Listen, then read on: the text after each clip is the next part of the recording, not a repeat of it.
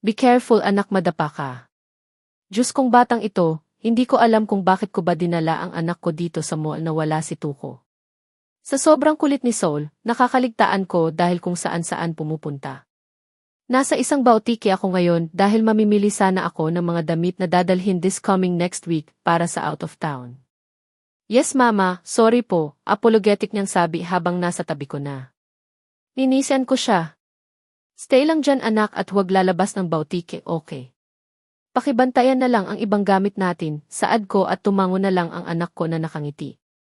Binalik ko ang tingin sa mga damit na napili. Dalawa lang kasi ang blazer ko kaya kailangang makabili ako ngayon ng bago dahil for sure malalaking tao ang makakasalamuha ko kung saan man yung business meeting ni A, Baltimore or sa Luzon, kaya ito, dapat presentable rin akong tingnan. Nilingon ko ulit ang anak ko na nakaupo sa mahabang silya para sa mga customers. Nalilibang na ito sa kakalaro ng Rubik's Cube. Isa sa mga pastime niyang ginagawa lalo sa ganito na busy ako sa kakahanap ng gusto kong bilhin o ano pa.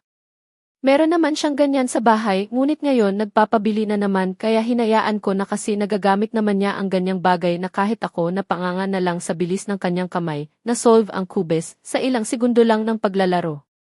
May nabili na ako para kay Soul. Inuna ko na muna ang gusto niyang ipapabili bago ako. Pero dahil siguro hindi naman gahaman sa pera ang anak ko o wala yata itong napili ngayon na bibilhin kaya ang Rubik's Cube lang ang pinabili sa akin at notebook para sa school. Saka pa ako bibili na para sa akin at kapag may sobra ang iba ay para naman sa pang-araw-araw namin na gamit sa bahay. Ito po madam, maganda po ang tela nitong gray blazer o blue, kung may pangbaba kayo na kulay blue rin po ang kulay, ani ng sales lady. Pinag-isipan ko at dahil maganda nga yung tinuro niya, kaya yun ang sinubukan ko sa fitting area. Nang matapos ko ngang maisuot ang blazer ay mumuso ako nang makita ang kabuuan ko sa salamin na ganito ang pananamit. Formal na formal. Hindi ko akalain na maging sekretary ako paggising ko isang araw pero yun nga lang dahil ang masaklap lang ay kung sino pa ang iniiwasan ko na tao na makita ay nasa harap ko lang and the bad news siya pa ang amo ko. Siya pa ang nagmamay-ari mismo ng building na tinatrabahuan ko, lalo na doon sa pagiging cashier ko, ay sa pamilya niya rin nagmamay-ari. Naloka na. Pagkatapos kong magdesisip kung saan ang bibilhin ko ay lumabas na ako ng fitting room. Bulaga. Ay kabayo ka. Baby. Napaigtad ako dahil ginulat ako ng anak ko pagkalabas ko. Ikaw talaga bata ka, pero ang anak ko tumawa lang na parang nasisiyahan na nakita akong nagugulat. Pati mga sales lady natatawa na rin, mga kasabwat yata. Sorry, tapos na po kayo mama, tanong ng anak ko, naiinip na talaga ito dahil nagpaparinig na kung tapos na ba ako o hindi pa. Ito na po, magbabayad na po. Next time, wag mo nang gulatin si mama mo ha dahil alam mo naman na magugulatin ako. Sabi ko sa kanya ng mahinahon habang nakapila kami sa cashier. Dinala ko ang kanang kamay ko para haplusin ang buhok niya. Okay po mama, sorry po. That's alright, I love you. Well, pagkatapos dito saan tayo pupunta? Tanong ko kahit alam ko naman kung saan kami nito magpapalipas ng hapon. After magsimba dito na kami dumiretso sa mall para makabili ng kakailanganin ko para hindi nasasakit ang ulo ko kapag weekdays pa ako bibili, baka hindi na kaya ng oras. Tapos na rin kaming mananghalian ng anak ko kaya maglilibang na muna kami sa Timezone. Nang makarating kami ay agad naglaro ang anak ko, minsan may sumasama ring mga bata na maglaro sa kanya at hindi naman suplado itong anak ko at namamansin naman. Nasa gilid lang ako nakatayo at ang mga mata ko ay di ko siya nilubayan sa pagbabantay. Natutuwa ako sa anak ko na nag-enjoy talaga siya. Alam ko na darating talaga ang araw na hindi na ito mauulit pa kaya hanggat bata pa ang anak ko ay hayaan ko siyang maging bata. Hayaan kong gawin ang gusto niya basta disiplina lang ang kailangan para hindi siya lumaki na mawalay sa maling landas. Malaki na ang anak mo Mika, alam ko na ngayon palang naghahanap na iyan ang totoong ama. Naisip ko na naman ang sinabi ni mama sa akin. Napabuntong hininga ako habang pinag-cross ko ang mga balikat sa aking dibdib at ang mga mata ay nakaisol pa rin. Hindi naman ako bulag para hindi ko makita ang anak ko na tutok sa kumpletong pamilyang namamasyal. Lalo na kapag kumakain kami sa mga fast food o karinderya na sama-sama ang pamilya. Nasasaktan ako Kumikirot ang puso ko na naranasan ito ng anak ko na hindi na kailanman mabubuo ang pamilya namin dahil baka nga kung hindi man si Shemaya Ocampo ang nakatuluyan ni Ignacio ay baka si Ula. Dahil yon ang sabi niya ilang taon na ang nakalipas. Na itinadhana na sila ni Ignacio para ikasal sa isa't isa. Baka noong mga oras na nawalan siya ng malay ay dumating si Ignacio para sagipin siya. Nakapagtataka lang na hindi nila ako pinadakip sa mga pulis ngayon na nagkita na kami o ilang taon na ang nakalipas na hindi nila ako pinapahanap. Kailangan ko talagang magdoble ingat para sa kaligtasan ng aking mga pamilya. Ayoko nang magtago, lalo ngayon na ako lang ang inaasahan nila dahil nga na-stroke ang papa at hindi pa totally heal, kaya sa bahay lang siya muna at tanging pagbabantay ng aming munting sari-sari store. Are you daydreaming, Miss Gomeza? Napakurap ako dahil sa pagtawag ni Enith Baltimore Lee ay cold billionaire sa akin. Nasa office na ako at sa Wednesday na ang alis namin. Pinapaayos niya lang naman sa akin ang mga reports para sa pag-alis ay wala na kaming poproblemahin at kung meron man ay minor na lang at kaya na yon ng team manager. Do you need anything, sir? Nasa tapat ito ng table ko at nakadungao sa akin habang ako ay nakatingala sa kanya dahil sa tangkad niya. Hanggang dibdib lang ako. Nakasuit siya na blue at pinaresa ng puting polo long sleeves na panloob at blue na pants at black na sapatos. Pakisend na lang sa email ang mga natapos mo na reports and then pakilagay na lang sa table ko ang mga pepermahan, anya sa baritong boses. Kinilabutan ako kapag ganyan siya magsalita, ibang-iba na dati na malumana ilang. May pupuntahan lang ako ngayon, cancel the all appointments today. Anya na ngayon ay nagmamadali na para makaalis at hindi man lang narinig yata ang pagsang-ayon ko dahil tumunog ang cellphone niya. Pupuntahan niyo rin ba si Shemaya sa Maynila? Pupunta rin ako ngayon. Huling narinig ko bago niya sinarado ang pinto. Kahit nakasarado na ang pintuan ay nakatitig pa rin ako roon. Shemaya. Napailing na lang ako habang nakangisi, anong meron sila ni Shemaya? Dahil sa tono pa lang ng pananalita ni Ignacio ay nag-alala siya sa dati naming kaklase. Binalikan ko ang ginagawa ko kaya lang parang wala yata akong naintindihan sa mga pinapagawa sa akin ng lalaking iyon. Mika, remember wala na kayo kaya easy ka lang, kalma, kausap ko sa sarili ko.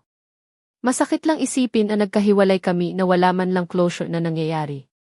Nagkahiwalay lang kami dahil sa nakita niya akong may kahalikan raw na lalaki knowing na kahit ako ay nagulat sa pangyayari na instead na maniwala siya sa akin ay sinunod niya kung ano ang nakikita ng mga mata niya kahit hindi naman buong pangyayari. Tapos sa kagustuhang makausap siya sa personal ay dinala niya ako sa panganib. Dinala niya ako sa lugar na walang tanging nakakarinig sa iyo at kung hindi ka marunong lumaban, kung hindi ako naglakas loob na nanlaban ay baka wala na ako ngayon sa mundo. Tapos malalaman ko na lang na buntis pala ako. Maswerte na lang talaga na hindi ako sinipa ni Ula, dahil kung nagkataon at sa tiyan ko yon tumama, baka hindi na kumapit si baby soul ko at nakunan pa ako. Hindi ko yata kaya kapag nangyari yon. Alam kong walang kasalanan ang anak ko sa kasalanang ginawa ng kanyang ama. Inosente siya para kamunghian ko. Anak! Ayos ka lang, tanong ni mama pagkatapos akong magsuka sa inidoro. Nasusuka ako pero wala namang lumabas na kinain ko kagabi o ano pa.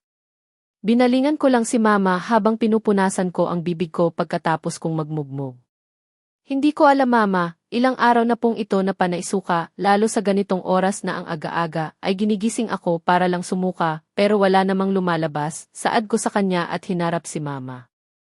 Nakatingin siya sa mga mata ko, naluluha. Hinawakan niya ang dalawang braso ko. May tanong ako sa'yo. Gusto kong malaman sa ayaw at gusto mo para malaman ko o may ideya ako kung ano yung nararamdaman mo. Mahinahon na sabi ni mama. Ano po iyon mama? Tanong ko at nakatitig lang kami pareho sa mga mata. May nangyari ba sa inyo ni Ignacio? Nagulat ako sa tanong ni mama, hindi ko alam kung paano sasagutin but realization hit me. Mama, ang ibig mo pong sabihin? Na, halos hindi ko alam paano maproseso sa utak ko kung totoo ang nasa isip namin ni mama. Hindi pa natin confirm anak. Magpapa-check up tayo mamaya para malaman natin, anya na naintindihan ang sitwasyon ko. Pero si papa? Ma, baka magalit si papa na buntis ako kung totoo man, iyak ko nasabi sa kanya, magpoprotesta pa sana ako na hinagod na ni mama ang balikat ko. Nandyan na yan, anak. Alam kong naiintindihan ka ng papa mo, basta sabihin mo lang ang totoo sa kanya, si mama. Malapit na kaming mag 1 month na lumipat ng bahay dito sa Talisay, Cebu, bago ko nalaman na buntis ako. Nagalit si papa at gusto niya na ipaalam ko agad sa ama nito, pero umiiyak lang ako sa kanila habang umiiling. Para hindi ako ma-depress ay nasabi ko na sa kanila kung ano ang nangyari sa akin. Hindi nila matanggap pero nanaig ang kagustuhan ko na huwag na lang magreklamo sa barangay dahil kung totoong may nangyari kay Ula ay ako ang talo dahil ididiin ang kaso laban sa akin kung malaman nila na ako ang may gawa sa kanya noon. Lalo at makapangyarihan silang pamilya, wala akong kawala. Talo pa rin kami. Kaya minabuti ko na maging tahimik, lumayo sa lugar na wala akong katahimikan. Naiintindihan ng mga magulang ko kaya ang sabi ni Papa na mas mabuti na hindi ko na lang ipaalam pero si Mama iba ang gusto. Alam kong bilang isang ina, hindi niya gustong nakikitang malungkot ang kanyang anak. Pero, hindi pa ako tinatanong ng anak ko kaya hayaan ko muna dahil hindi pa ako handa magkwento sa kanya kung sakali. Tulala pa rin ako sa screen ng computer, hindi ko talaga matapos-tapos ito hanggat may iniisip na di ba dapat wala na akong pakialam sa kanya kung sino o ano ang namamagitan ng mga babaeng naririnig ko sa kanya. Lumabas ako dahil inaantok, baka kape lang ang kailangan ng utak ko o di kaya tiya. Pagkarating ko sa faculty lounge ay kumuha agad ako ng tasa at tiya na lang ang iinumin ko kasi nakainom na ako kanina ng kape. Ano, maayos na ang trabaho mo. Hindi ka ba sinisigawan ng boss natin na sobrang sungit? Tanong ni Vina na ka-office mate ko sa akin, habang kumukuha naman siya ng cup noodles. Ninisyan ko siya bago nagsalita, minsan kapag may mali sa mga pinapagawa niya sa akin, natataasan din ako ng boses, pero ayon nga di ba na may kasabihan tayo na pasok sa kanang tenga din, labas agad sa kaliwang tenga, para hindi mo nadibdibin. Ani ko. Tama ka dyan, malaki naman sila magpasweldo kaya ayos lang. Baka natsure na yon sa kanya na nagsusungit siya baka kulang lang sa kiss at yakap. Sige balik na ako at wala nga ang CEO natin ngayon pero nandito ang manager baka masigawan pa tayo dito na nakipagmarits na maaga pa. Sabi ni Vina at agad iniwan ako pagkatapos malagyan ng mainit na tubig ang cup noodles niya. Natulala naman ako sa sinabi niya na baka nagsusungit ang amo namin dahil kulang sa kiss at yakap. Like kapag nagsusungit siya ay kailangan ko siyang yakapin o hagkan para hindi na niya ako sungitan. Pinilig ko ang ulo ko dahil bakit ko gagawin yun sa kanya, mas mabuting magalit na lang siya sa akin ng buong araw, kaysa naman araw-araw ko siyang hahalikan. Pagkarating ko sa table ko ay nag-focus na ako sa mga paperworks ko, at para maaga akong makauwi mamaya para makapagsimula ng mag-impake. 3 days and 2 nights, daytime for sure magkaiba naman kami niya ng kwarto. Bakit sa tingin mo ba Mika na sa iisang kwarto lang kayo? Managinip ka na lang ng gising at hindi yon mangyayari. Narinig kong nagring ang cellphone ko at number ni Tuko ang nag-appear sa screen. Ngayon lang nakabalik ang loko dahil pumunta daw ito ng Iloilo. Pinindot ko ang green button para sagutin ang tawag. Hey, kumusta? May pasalubong ka sa akin, agad na tanong ko sa kanya. Ay aba, nagpahalataan ka talaga na hindi ka excited na makita ako, kundi ang pasalubong kong dala, nakakatampo ka ng 50% may Kaela Gomeza, anya. Napahalakhak ako ng tawa.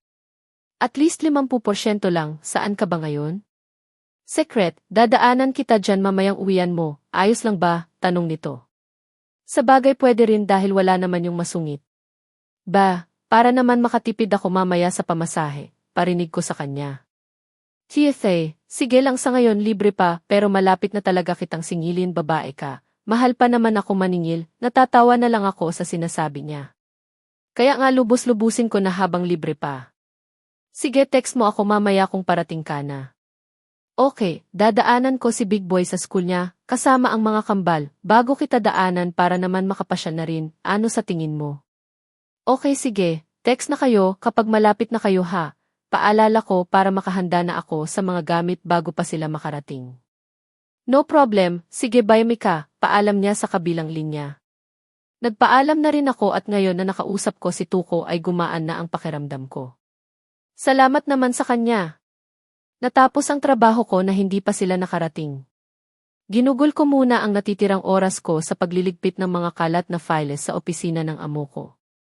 Kung hindi approve sa kanya ang mga proposal, ay kung saan-saan na lang binalibag ang mga papeles, kawawa naman.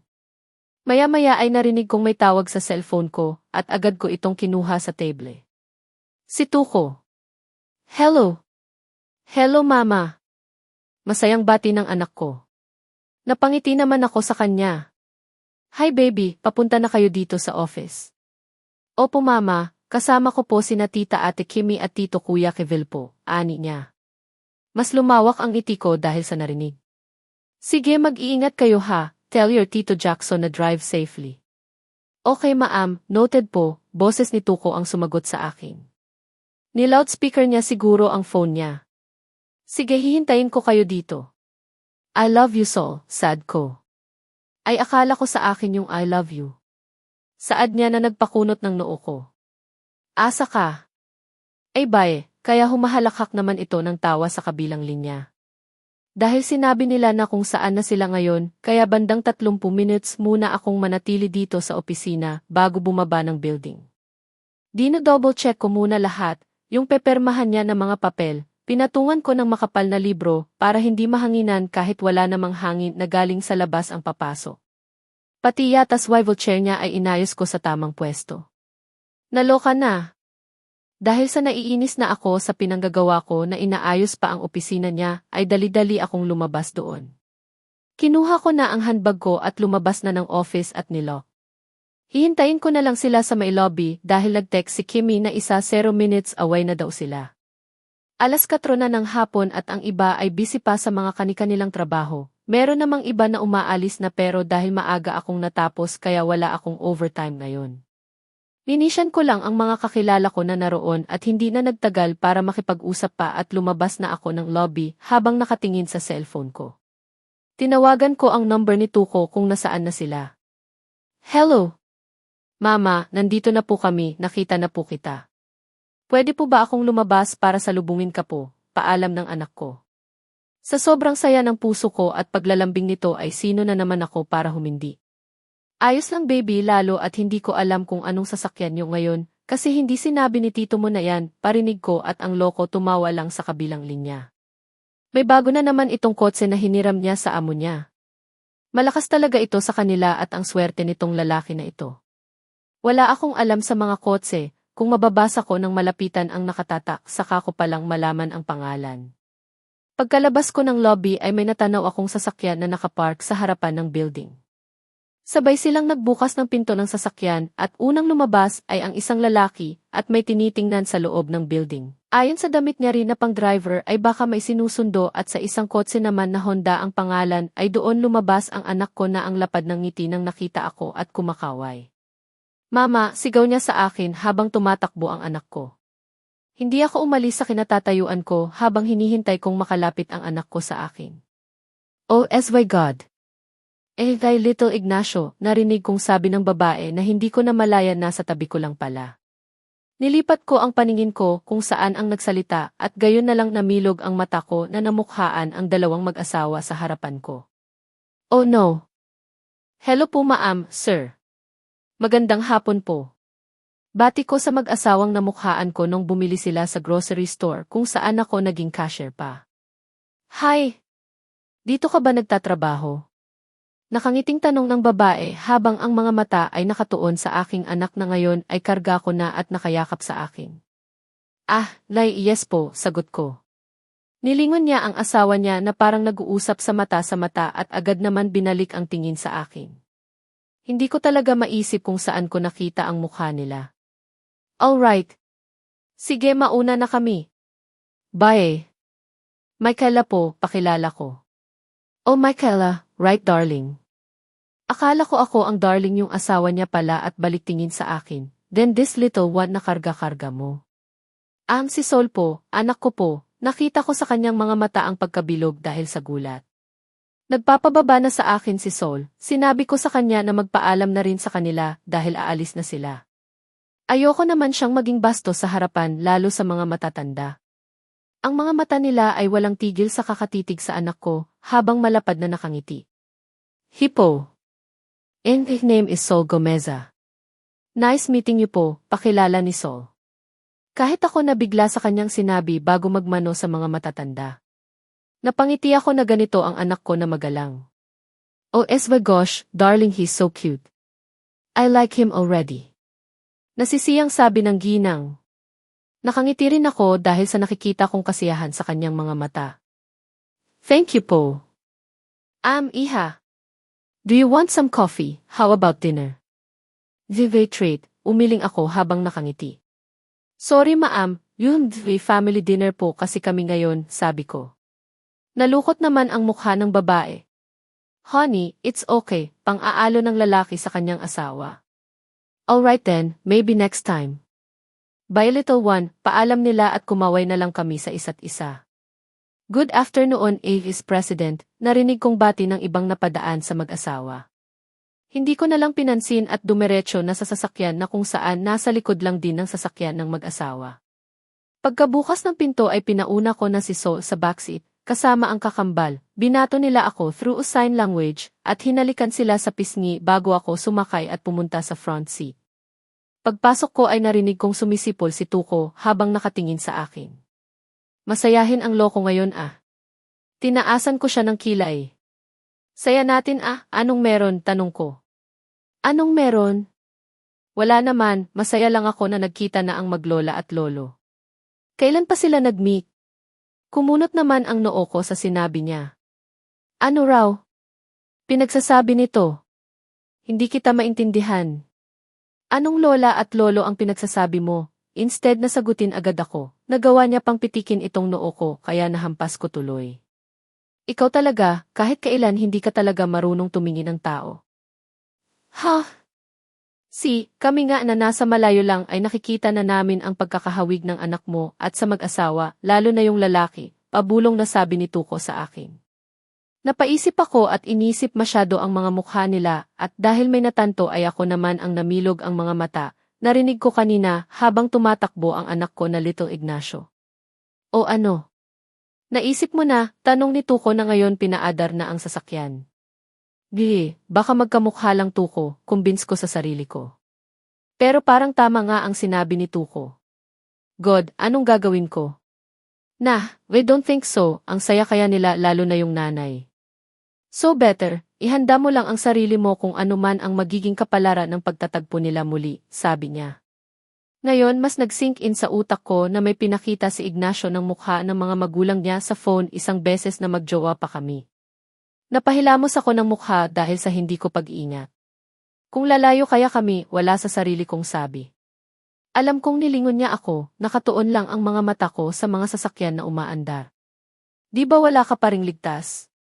Hayaan mo na, kapag nagkaalaman na, sabihin mo ilang ang dahilan at para maalala niya ang kagaguhan na ginagawa niya sa'yo dati. Kung hindi lang yan mayaman o kakilala na mayaman, matagal na nating inireklamo ang lalaking iyon pero yun at wala tayong sapat na ebidensya, ay baka ikaw pa ang mababaliktad. Paano kung kunin niya ang anak ko? Kinakabahan na ako sa sarili kong tanong. Hindi pa pwede yun dahil sa edad niya ay nasa poder pa siya dapat sa ina at wala ka namang nilabag sa batas, kaya ikaw ang kakampihan nila.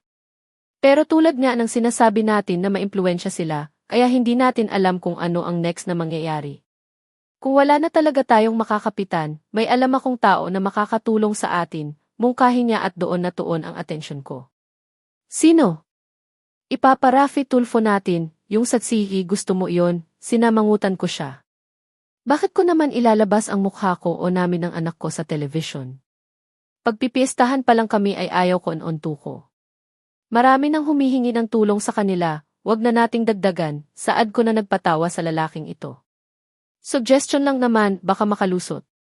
Ayaw mo yun, malaman ng lahat na ang bilyonaryo na si Ignacio Baltimore ay tinaguan ng anak. Tapos maraming media na pupunta sa inyo para magpa-pictures. Patuloy sa pang-aasar niya sa akin, kaya hinampas ko na naman siya sa braso niya habang nakatigil ang sasakyan. Sira ka talagang magbigay minsan ng advice, sabi ko. Ang saya ko pa 5 years ago pero ngayong gumanda ang trabaho ko, ay sunod-sunod naman ang mga revelasyon sa buhay ko. Let's go mama, tawag ng anak ko sa akin. Bumaba na kami ng sasakyan pagkarating agad ng bahay. Nag-take out na lang kami ng pagkain para sa bahay na kakain kasama si Tuko.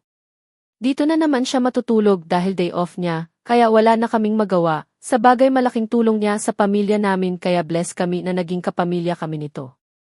Para ko na kasi siyang kuya, pero ayaw niyang tinatawag ko siyang kuya dahil may isang tao lang ang tumatawag sa kanya ng ganyan. Mas mabuti at saka panasanay naman siya sa akin na Tuko ang tawag ko sa kanya. Martes ng umaga at tambak na naman ang mga gawain ko sa opisina. Gabi ang flight namin bukas kaya pwede na rin akong magtanghaling bumangon at 2:00 na ng hapon akong pumunta ng airport kung saan kami magkikitang dalawa. Sa wakas, makapunta na rin ako ng Maynila. Tapos ang saya pa kasi libre ako sa pamasahe at tutulugan ko. Pero yun nga lang mailungkot kasi hindi ko kasama ang anak ko na pumunta o kahit ang mga kambal. Di bale na kapag makapag-ipon na talaga ako ay ipapasyal ko sila sa Maynila kung saan may makita ako doon na tuluyan naming lahat at magandang pasyalan. Sa ngayon panggastos lang muna sa pang-araw-araw at sa pag-aaral ng mga kapatid at anak ko. Wala pa ngayon ang cold billionaire na amo ko dahil may meeting sa ibang department. Iniwan na naman ako dito sa opisina niya. Ayos lang din na itong tambak na papeles ang kinakaabalahan ko kaysa laging nakatitig sa mukha niya at nakikinig sa boses niya kapag nagsasalita na siya. Tapos mamaya paglingon ko sa kanya pagkatapos kong isulat sa planner ko ang mga importanteng impormasyon ay naabutan ko siyang nakatitig sa akin. Akala ba niya na hindi ako nagsusulat kaya tinitingnan niya ako? TSA, di sana wala akong re-report sa kanya kung hindi ako nagsusulat.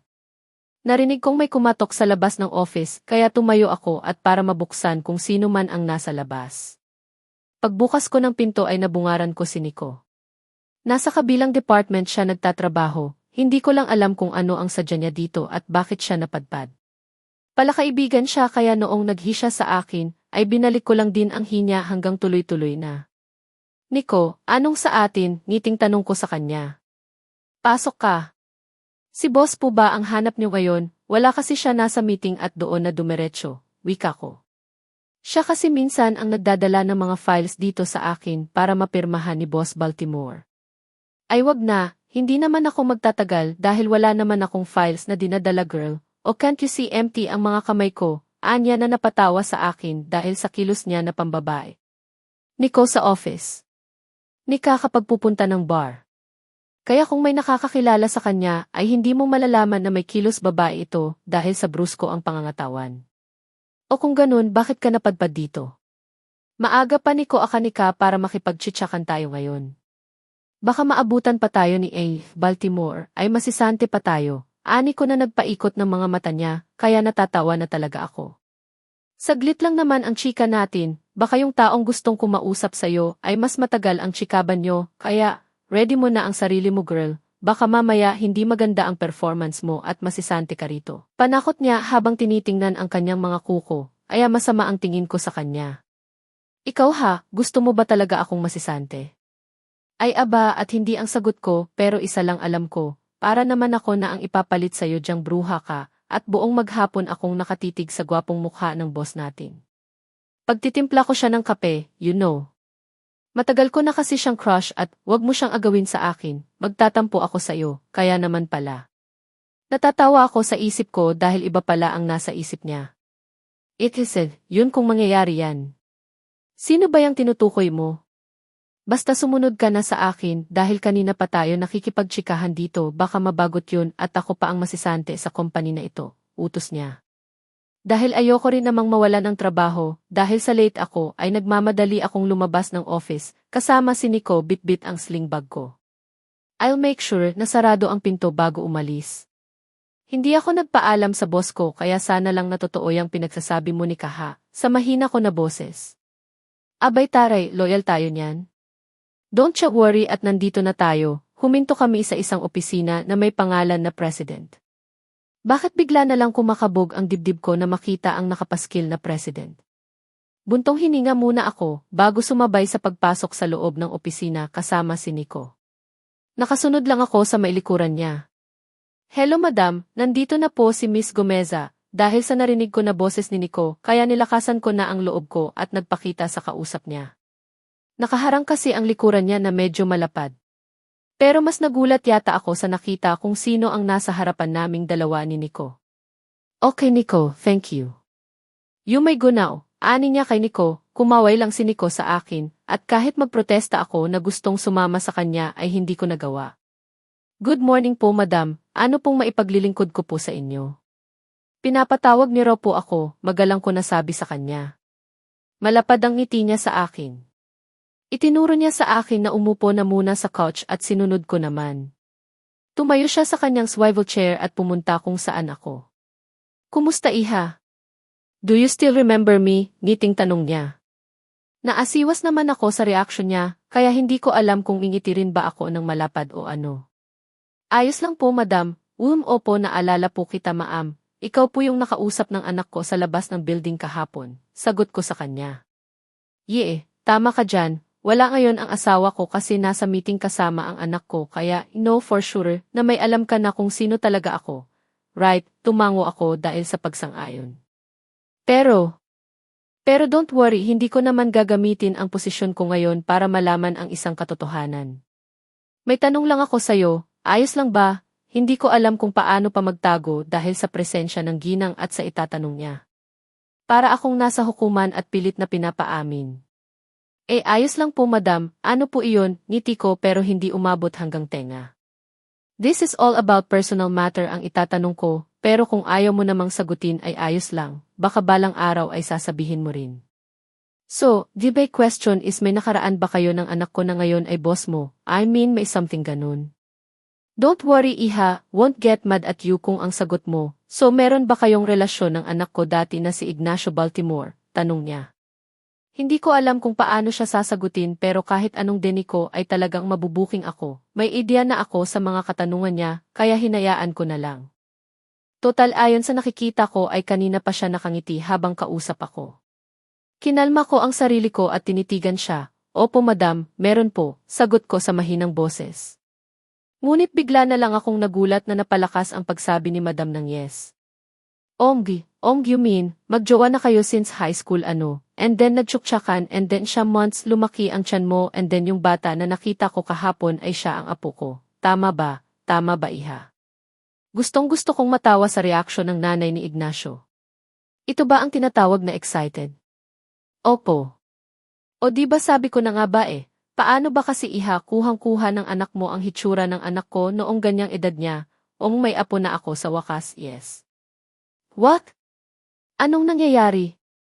But feel sad kasi bakit ngayon mo lang ipinaalam, wait. Alam na ba ito ng anak ko? Tanong niya, kaya napatitig agad ako sa kanyang mga mata at maya-maya ay umiling. Yumuko ako at pinagmasdan ko na lang ang mga daliri ko. Hindi po madam at wala po akong planong sabihin. Maaring malaman niya po pero hindi pa po ako handa para sabihin sa kanya dahil. Ito na naman ako, ayokong bumalik ang trauma ko kaya hindi ko na tinapos ang sasabihin ko. Lumipat siya sa mahabang sofa kung saan ako at tumabi siya sa akin. Tinaas niya ang baba ko para makita siya. May ngiti ang mga labi niya habang nakatitig sa akin. Now I see, I don't have any idea what's going on between the two of you kung bakit sa tagal ng panahon ay ayaw mong ipaalam sa anak ko. Maybe one day I'll understand.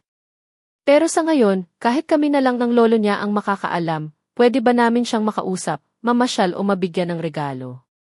Sorry kung ganito lang ako ka-excited kasi first apo ko yun ayos lang ba? Huwag kang mag-alala kung ayaw mo munang ipaalam sa anak ko ay kami ang bahala ng asawa ko, naluluhang pakiusap ng ginang sa akin.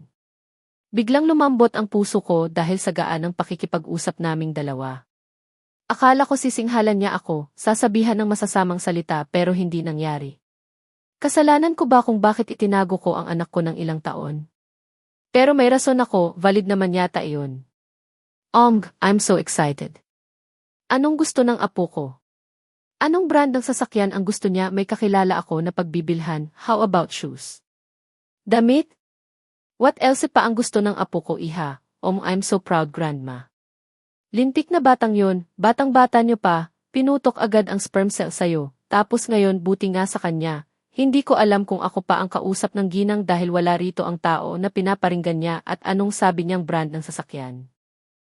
Madam Hind, mommy na ang itawag mo sa akin at sa asawa ko naman ay daddy, okay, nasisiyahan niyang sabi. Pero just call me that from now on, wala na akong nagawa dahil mapilit ang ginang. Mo. Right. Mommy hindi na po mahilig sa laruan na sasakyan o kahit anong laruan ang anak ko. sabi ko para hindi na bumili at masasayang lang sa bahay at pera. Books at Rubik's Cubes lang ay masaya na siya at sa chess. What? Anong laruan? Totoong sasakyan na ang gusto kong ipabili sa apo ko, iha, she giggled. Ako naman ngayon ang nagulantang sa sinabi niya. Madam, I am mommy, 6 years old pa lang po si Sol. Hindi pa po niya kayang mag-drive, okay pero bibilhan ko pa rin siya, kindat niya sa akin. Napahilot na lang ako sa sentido dahil sa mga plano niya. Ano naman kaya ang bibilhin ng lolo ni Sol? Paano pa kaya kung ang totoong daddy na niya ang makilala niya, baka kung ano-ano na lang ang ibibigay sa anak niya kahit hindi naman kailangan na o matagal pa bago magamit. Good luck na lang sa'yo, Mika. Dahil matagal na ako sa kanyang opisina, kaya napagdesisyonan ko na bumalik na muna sa table ko at baka nakarating na ang cold billionaire na boss ko at masermonan pa ako na dapat may tatapusin pa ako na trabaho.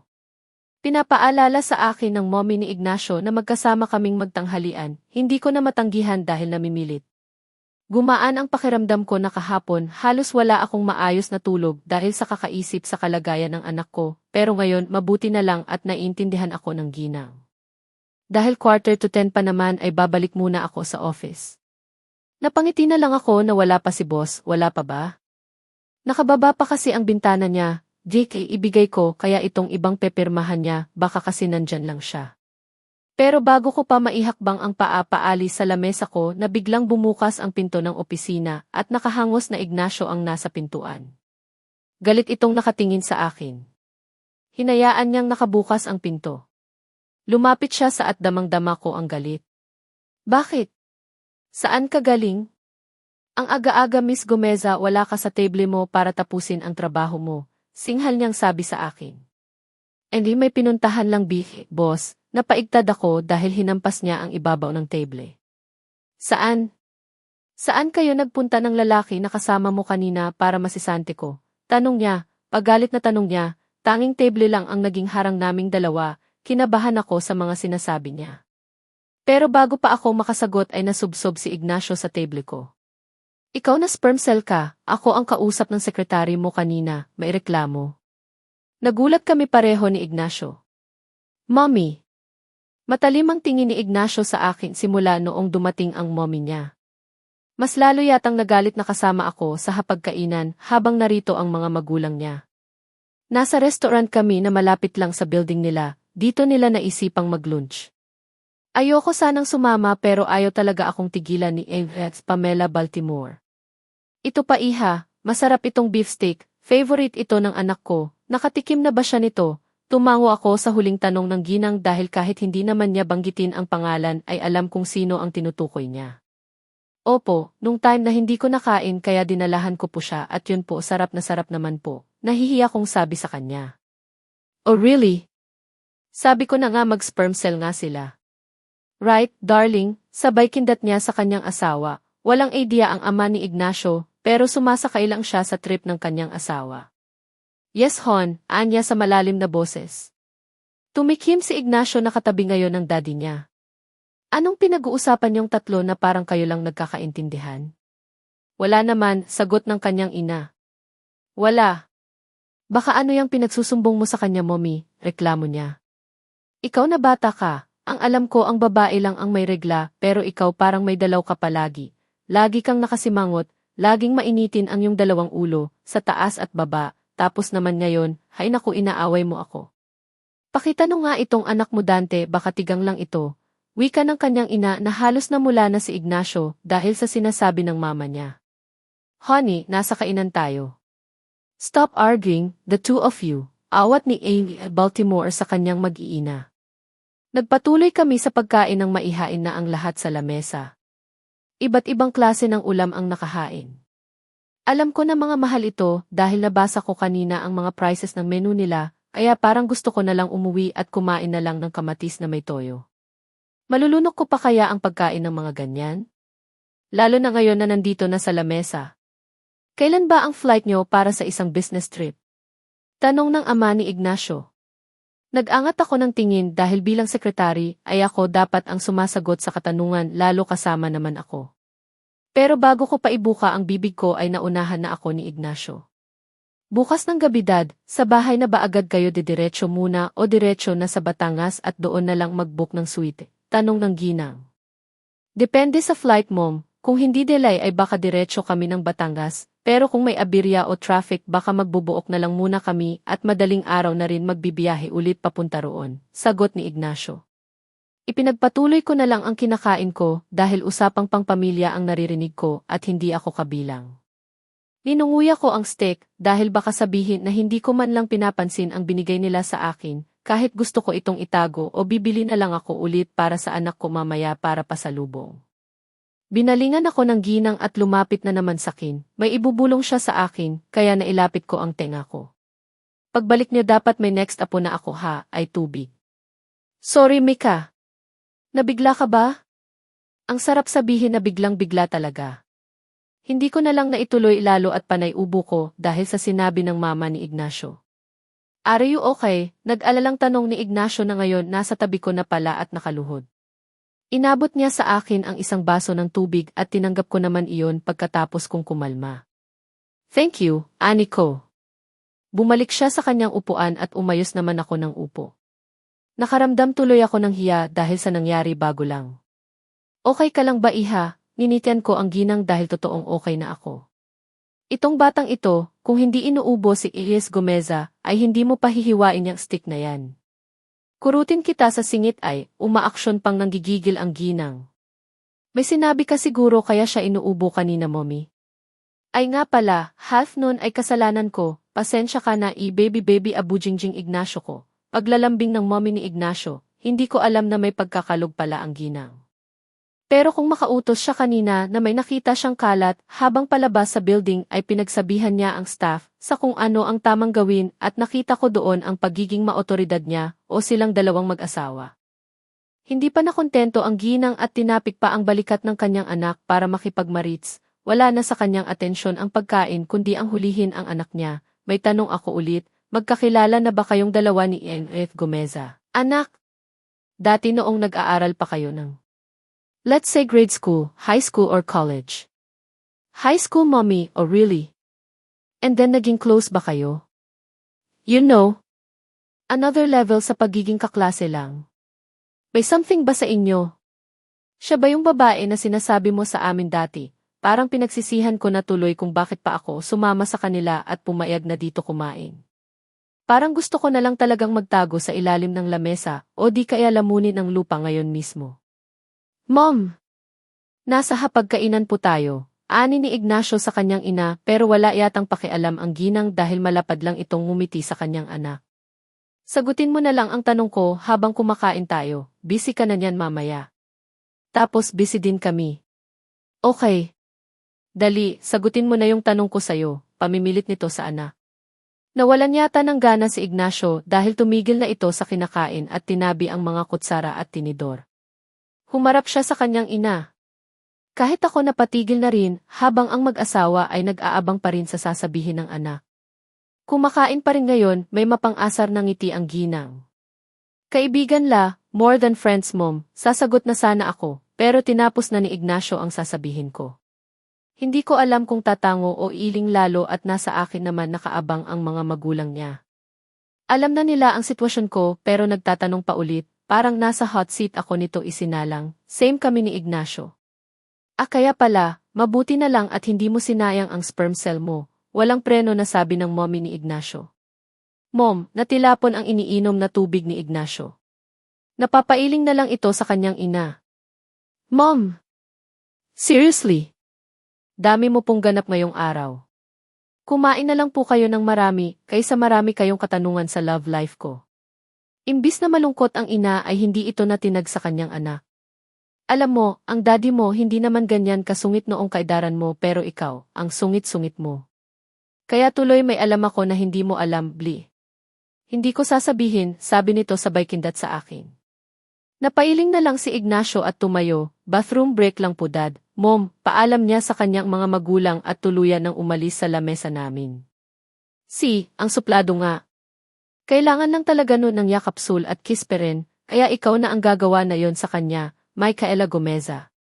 Okay. Po, tanong ko sa kanya. Parang gusto ko na lang yatang magbanyo para makaligtas sa ina ni Ignacio na madaldalin. Honey, naiilang na tuloy ang mga bata sa pinagtatanong mo, anya ng asawa at mas lalong lumapad ang ngiti ng ginang. Kasi hon, gusto ko lang naman na mabuking ang anak natin na kung anong mga kalokohan ang ginawa niya sa mga nakalipas ng ilang taon. Ano iha? Kaya pa, dalawa na kami ni Sir ang umiiling sa kanyang asawa.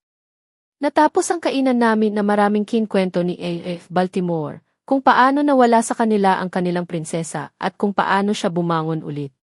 Dahil sa takot kaya hindi na sila sumubok na magkaanak ulit at nakafocus na lang kay Ignacio. What time po ang alis mo bukas, Mama? Tanong ng anak ko habang nakayakap ako sa kanya. Nasa kwarto na kaming dalawa at nakahiga na sa kama para matulog. Gabi pa naman anak, bakit may kailangan ka ba? May katanungan ka ba sa mga assignment o may ipapabili ka kay Mama bukas bago ako umalis?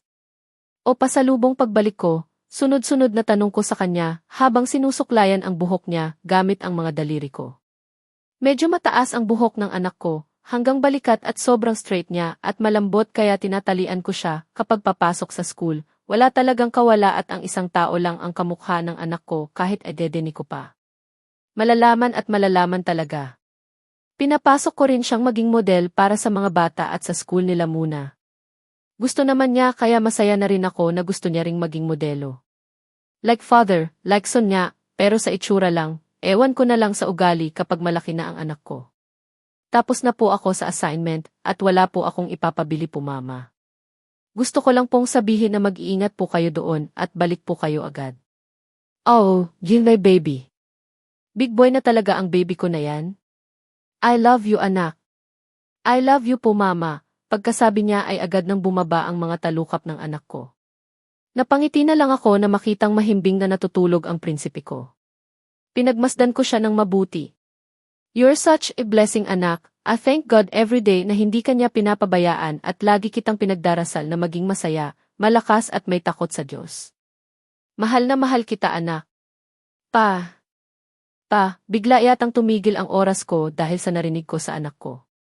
Hindi agad ako nakakilos at hinihintay na banggitin niya muli ang narinig ko na tinatawag ni Saul. Pero hanggang nakatulog na rin ako na hindi ko na narinig ulit. Baka si Papa ko lang ang tinatawag ng anak ko, nakalimutan lang ang lolo Papa, yan kasi ang tawag niya at lola Mama naman kay Mama. Kahit madaling araw na akong nakatulog ay pinilit ko pa ring bumangon para paghandaan ng pagkain ang anak ko bago pumasok sa eskwela at sasama na rin ako sa paghatid. Gusto kong bumawi sa ilang araw at gabi na hindi ko muna siya makakasama. Susulitin ko lang ngayong umaga dahil mamayang hapon ay aalis na ako.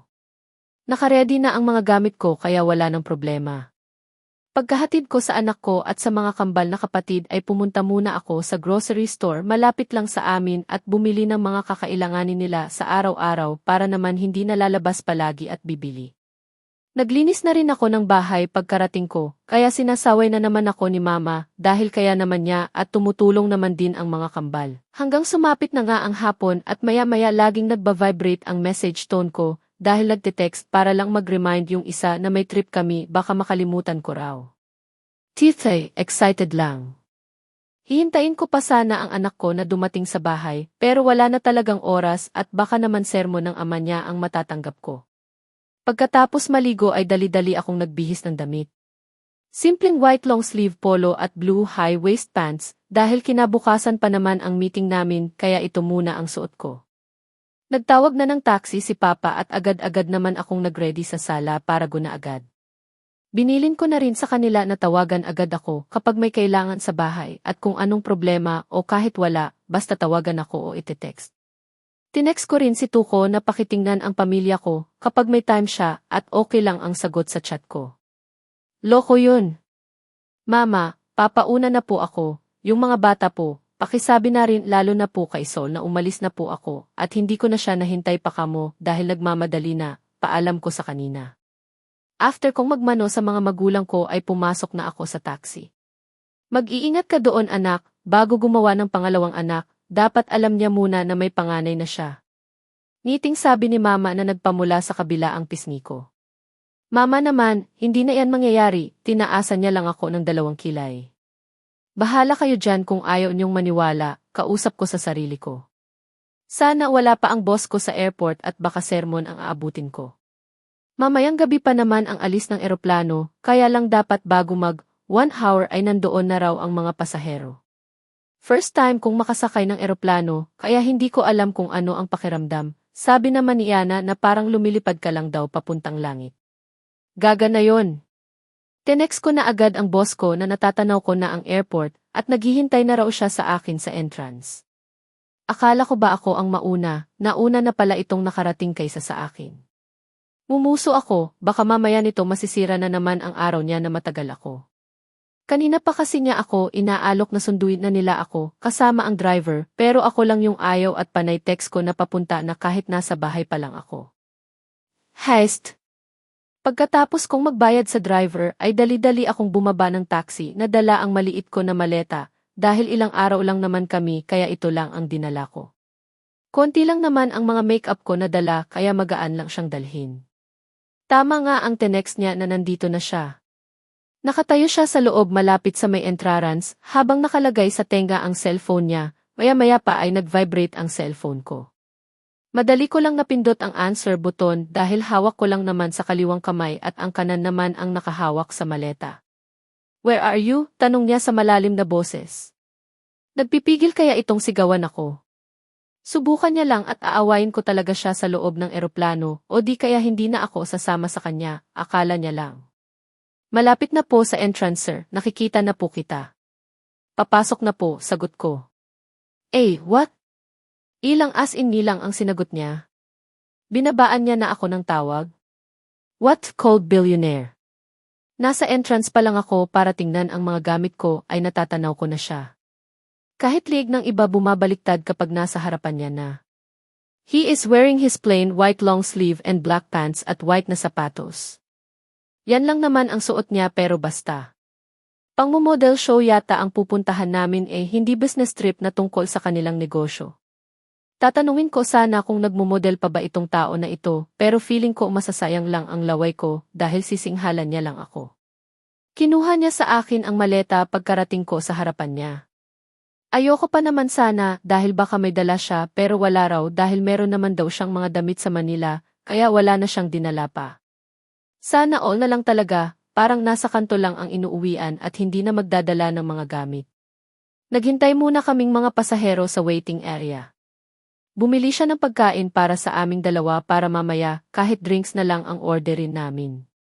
Tumunog ang cellphone ko kaya kinuha ko ito sa aking bag malapit ng maggabi, baka matutulog na ang anak ko kaya gusto na ng goodnight kiss.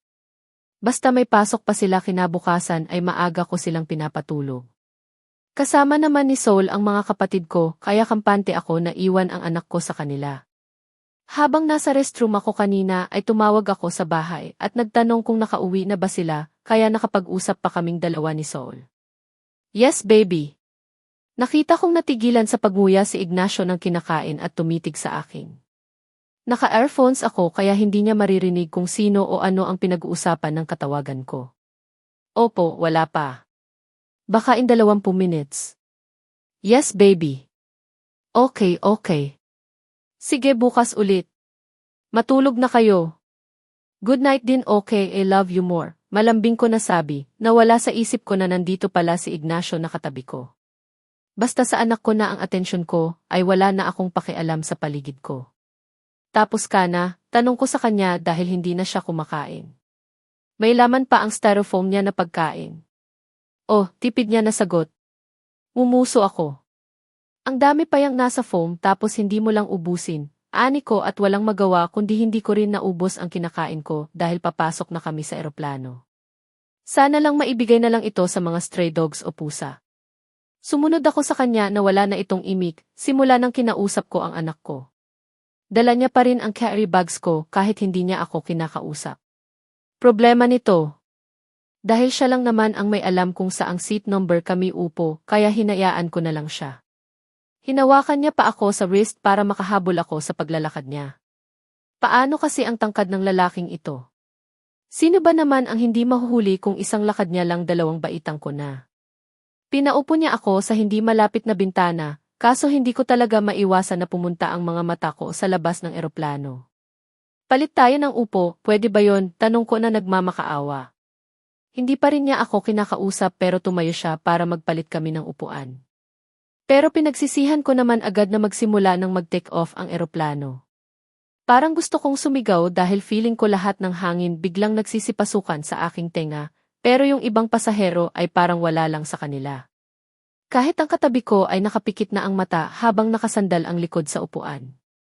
Dahil sa naramdaman takot baka hindi na ako makarinig ay hinawakan ko ang kamay ni Ignacio habang nakayuko ang ulo ko at nakapikit ang mga mata. "Are you okay?" ani niya. Dinilat ko ang mga mata ko at binalingan siya.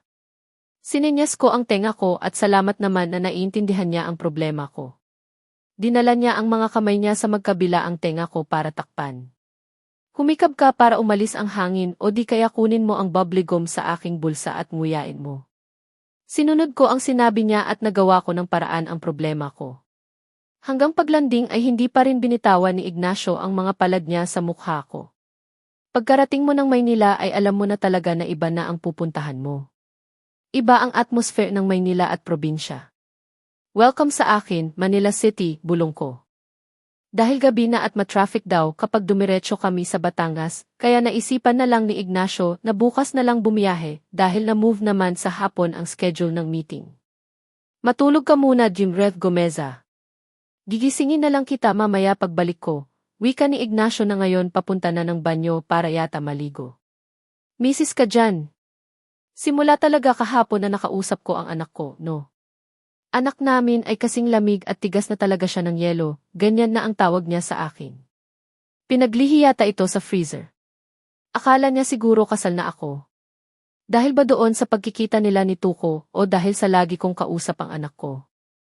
Ang mas malala pa, nasa iisang kwarto lang kami ngayon matutulog. Fully booked na lahat na hotel na napuntahan namin dito sa Makati. Kahit saan kami pupunta ay ganun ang rason ng mga receptionist na isang kwarto na lang available dahil marami ang nag-check-in ngayong gabi. At dahil ma-traffic sa labas at kailangan na rin na makapag-book na kami at baka raw mapuno pa lahat ng room ay baka sa kotse kami nito matutulog.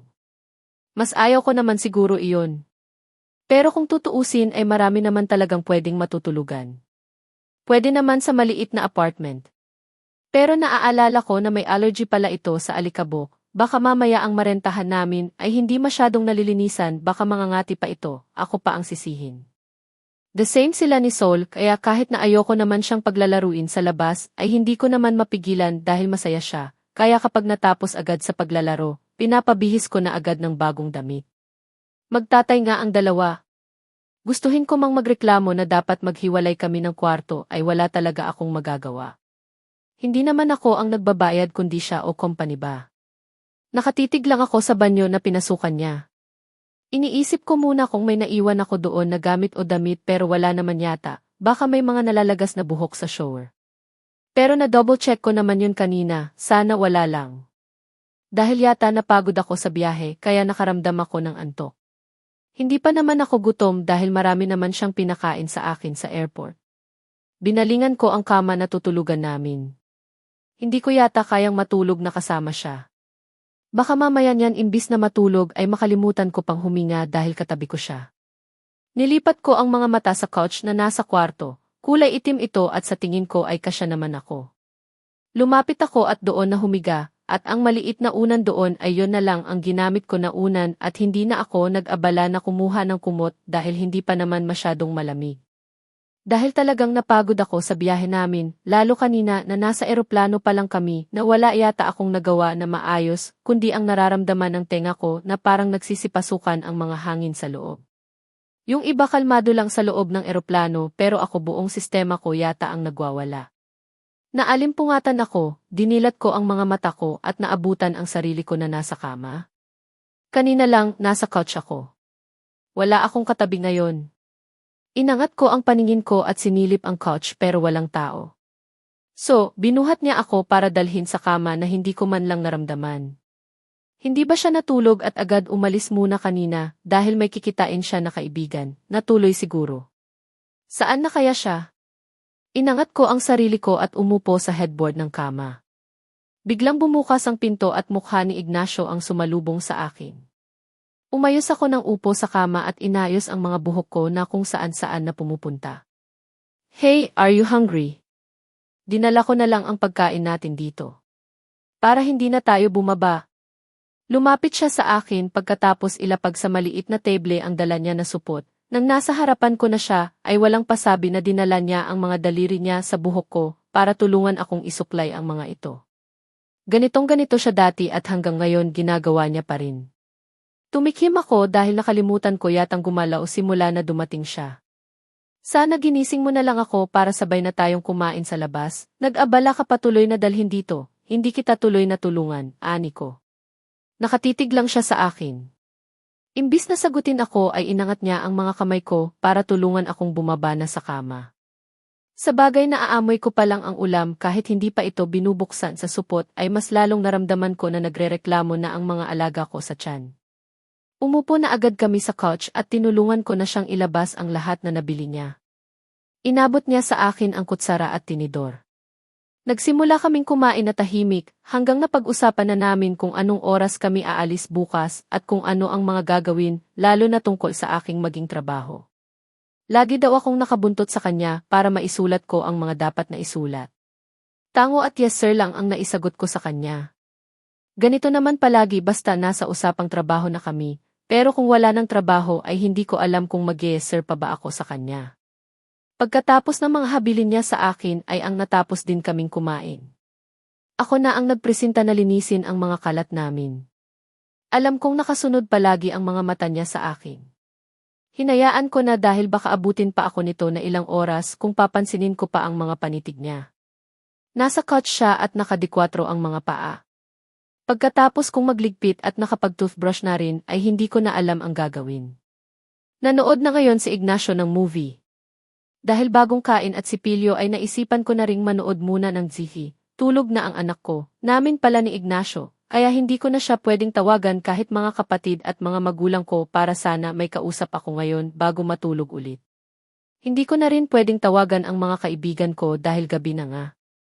Itinutok ko na lang ang mga mata ko sa panonood ng TV dahil documentary ang pinanood ng kasama ko ngayon kaya na-enjoy ko na rin ang panonood. Tutok na tutok ang mga mata ko, nakalimutan ko na lang na may kasama pala ako. Hindi na kami nag-uusap pagkatapos naming kumain. Hindi na ako nakatiis kaya bumaling ako sa kanya. Pero nagulat na lamang ako na biglang bumagsak ang katawan niya at diretso sa mga hita ko ang bagsak ng ulo niya. Muntik na akong mabuwal dahil sa pagkabigla. Nakashort lang ako ngayon na pang ibaba hanggang tuhod pero hindi naman malaswang tingnan lalo at malaking t-shirt naman ang suot ko. Hey! Gising na at umayos ka na ng higa sa kama kaysa dito ka pa matulog sa sofa. For sure, hindi ka kasya dito. Sa tangkad mong yan, ani ko pero ang lalaking ito, hindi man lang nagising kahit anong tapik ko sa balikat niya. Nanonood ba siya kanina o natutulog habang nakaupo? Ignacio, Sir, hoy, Baltimore Ignacio. Gising na. Ano ba yan? Hindi ka pa rin nagbabago ha, nakakatulog ka pa rin kahit saan. Yumuko ako para makita siya ng lubusan. Mas lalong gumagwapo yata ang loko na ito, lalo at may konting balbas na paikot sa kanyang panga. Kung ako asawa nito ay hahaitin ko talaga ang mga ito dahil nakakakiliti kaya. Sarado ang mga mata niya, so ibig sabihin na tulog talaga ito. Ang bilis naman, akala ko nagbago ka na pero ito, hindi pa pala. Kung malapit lang ang bag sa tabi ko, ay baka naiguhit na kita tulad ng ginagawa ko dati. Masaya ka ba ngayon sa bago mo? Masaya ka ba sa nangyayari sa buhay mo? Masaya ka ba ngayon sa tunay mong mahal? Masaya ka kaya o gaano ka kasaya sa ginawa niyo sa akin 6 years ago? Ano yung pakiramdam na ako ang nag-agaw buhay sa mga panahon na iyon? Mas hindi ko yata masisisi ang sarili ko kapag nalaman kong nakunan ako, mas lalo akong magagalit sa iyo o di kaya mas kamunghian pa kita sa buong buhay ko. Sa isang iglap lang binago mo ang buhay ko sa ganung paraan pa. Dahil lang sa maling nakita mo mas grabe naman katriple ang balik mo sa akin. Sobrang sakit lang. Sobrang sakit, sakit lang. Alam mo ba yun ha? Hindi ko namamalayan na pinagsasampal ko na pala ang lalaking ito. Kung hindi lang niya hinawakan ang pulsuhan ko, ay hindi ko namalayan na gising na ito. Bigla siyang umupo sa couch habang hawak pa rin ang 2 pulsuhan ko. What's wrong? Gigisingin mo lang ako bakit may kasama pang pananampal? Tanong niya sa malamig na boses, pumiglas ako sa pagkakahawak niya sa akin at agad-agad siyang pinagsasampal ulit. Hindi ko alam kung bakit naging ganito ako, bigla yata akong na-trigger at bumalik na naman ang sakit. Hindi na ako uminom ng gamot sa pampakalma dahil akala ko hindi na babalik ang sakit ko at matapang na ako, pero sa ngayon hindi ko yata kayang walang gamot na iniinom. I hate you. I hate you. Sigaw ko sa harapan niya. Nakakunot naman ang noo niya dahil sa nakikitang pagwawala ko. I hate you literal. LJ, sorry. You hate me. You hate me that much, ha? Yeh. Continue hating me as long as you can. Then continue hitting me as long as you are satisfied. Bakit mo ginawa yun? Bakit ha? Bakit? Ani ko habang nagpatigil yata sa kanya sa paghawak sa akin. Wala ring tigil ang mga pagluha ko sa mga mata ko. What? What are you talking about? Anong ginawa ko sa'yo? Di ba ikaw ang may kasalanan sa ating dalawa? Elray, are you blaming me, Gomeza? Hindi na siya nakahawak sa akin ngayon at nakatayo siya sa harapan ko habang nakapamiwang. Tumayo rin ako at pumantay sa kanya kahit may katangkaran ang walang hiyang lalaking ito. Hindi ko nilubayan ang pagtitig sa kanya. I hate you. I hate you. Naririnig mo ba?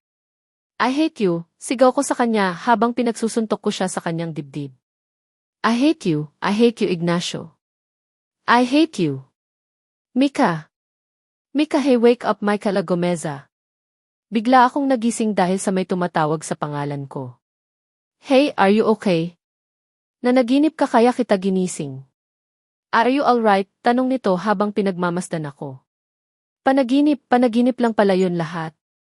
Sa kakatitig sa kanya ay nakatulog ako at nanagip lang ng ganun. Bumangon ako sa pagkahiga at umupo sa kama. Dito ka natulog, saka. Ma, hindi ko maitanong dahil baka ano na lang isipin niya. Yes, nakatulog tayo pareho sa couch kaya noong paggising ko ng madaling araw ay binuhat kita ulit sa kama para comfortable tayong makatulog. You need water. Kukuha ako, pero bago pa ako magprotesta na ako na lang ay umalis na siya sa kama. Napapikit na lang ako ng mata na maalala ang panaginip ko. Hindi man detalyado lahat pero nararamdaman ko ang galit sa kanya. Here, sabay abot niya sa akin ang tubig na nasa bottle. Tinabihan niya ako. Salamat. Ayos ka lang. Do you need anything? Umiling lang ako. Hindi ko siya kayang tingnan sa mga mata. Alright, marami pa tayong oras para matulog ulit. Matulog muna tayo, okay, tumango lang ako. Pinagmasdan niya lang ako at maya-maya umalis na siya sa harapan ko at pumunta sa couch at doon siya nahiga. Gustuhin ko man siyang sabihin na sa kama na siya matulog ay wala namang lumalabas sa bibig ko hanggang nakatulugan ko na lang ang pag-iisip sa kanya. Nagising kami pareho sa alarm clock at alas 8 pa lang ay bebiyahe na kami. Alam kong nakamasid lang siya sa akin at hindi masyadong nagsalita dahil sa biglaang pananahimik ko. Hindi naman daw masyadong matraffic kung meron man ay hindi naman sobrang tagal sa kahihintay na umusad ang sasakyan ayon sa Waze daw ang tawag ng app. Wala pang launch ay nasa Batangas na raw kami. May resort kaming pupuntahan at doon daw ang kanyang meeting. Let's go, dala niya pa rin ang maleta ko at hindi niya iyon binigay sa akin para ako na ang magbitbit. Baka may makakilala sa kanya at baka sabihin na pinagdala ko lang ang boss nila ng kulay pink na maleta. Gagong tuko na yon, sa daming kulay na pwedeng piliin iyan pa talagang light color na hindi bagay sa mga kulay na sinusuot ko. Okay lang sana kung black, gray o white kung meron. Pero dahil wala na akong pambili at hindi naman talaga ako pumupunta sa malalayo, ay hindi na rin ako nag-abalang bumili ng maleta para sa akin. Ayon sa map na nakalagay sa isifi niya, dahil nakikita ko naman ay ilang minuto na lang ay liliko na ang sasakyan niya kung saan ang ruta papuntang Batangas. Biglang may tumawag sa cellphone niya, kaya pinarada niya muna ang sasakyan sa gilid ng kalsada para sagutin ito. Si Dines, bumaling ako sa kanya. Nilagay niya sa loudspeaker ang tawag, hinayaan ko lang dahil busy rin ako sa kakatext sa mga kaibigan ko at kay mama, hello pre. Napatawag ka? Pre, nasa Batangas na ba kayo? Tanong sa kabilang linya. Wala pa naman, malayo pa. Cancel muna ang meeting pinapasabi ni Samson kasi manganganak na ang asawa niya, ay ayon nasa ospital at ang gago kamuntikan na niyang makalimutan ang meeting nyo, kaya binili na lang muna sa akin. ayon sa pangalang Dines. Ganun ba? Ayos lang. Mabuti at wala pa kami doon, pero malapit na kami sa Tagaytay, dadaan siguro kami doon. Mabuti at naisipan mo ring bisitahin yun. Alam na ba niya at doon na ang honeymoon nyo? Tanong ng kaibigan niya. Hindi ko alam kung para saan ang pinag-uusapan nila. Ayon sa aking peripheral vision na kinuha ni Ignacio ang kanyang cellphone at pinatay ang loudspeaker. Bahala ka dyan, paki ko sa pinag-uusapan yung dalawa. Gago, hindi pa, baka masabi ko sa kanya pag nakarating na kami doon. Sa ngayon hindi pa, wala sa mood eh. Huwag mo akong itulad sa'yo. Okay, wala pang tinawag si Shemaya sa akin. Okay, Sejipre.